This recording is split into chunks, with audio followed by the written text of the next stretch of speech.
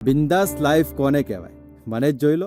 ઉપરથી નારિયેલ જેવા કઠણ પણ અંદરથી કોમળ એવા પપ્પા, માયાળુ માં ને વનના વાનર ઉતારે એવા ખાસ 3 મિત્રો. કંઈક ખૂટતું હતું તો એક જ પ્રેમ. છોકરી તો એવી હોવી જોઈએ ને કે એક નજર જોતા જ દિલમાં વસી જાય.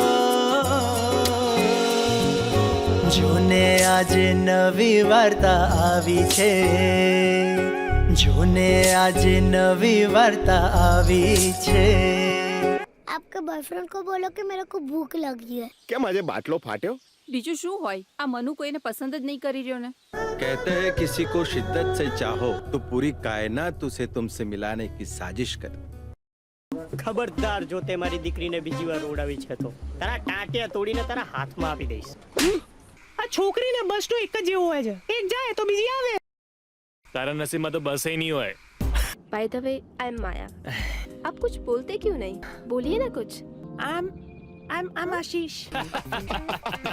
क्या सुसु करવું છે? તું લઈ જા ને, બિચારો નાનો છે. अरे भाई जल्दी कर यार, मूवी पती जैसे. शांति रखने, एक तो आज चैन बंद नहीं थी. तू सही कह रही थी यार. मानव का किसी लड़की के साथ कुछ समझ नहीं आ रहा है यार, मैं क्या करूं? तू अपनी लाइफ ऐसे लड़के के पीछे क्यों खराब कर रही है?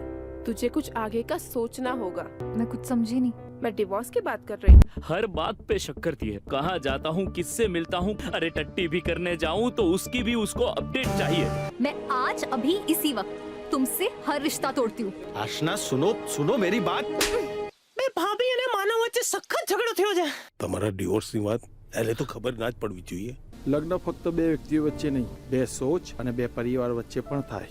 આજે તમે બંને અહીંયા પોતાના જીવનનો સૌથી મોટો નિર્ણય લેવા જઈ રહ્યા છો. હજુ પણ સમય છે. તમને નથી લાગતું કે સંબંધમાં પૂર્ણ વિરામ મૂકવા કરતા અલ્પ વિરામ મૂકવો વધુ સારું રહેશે?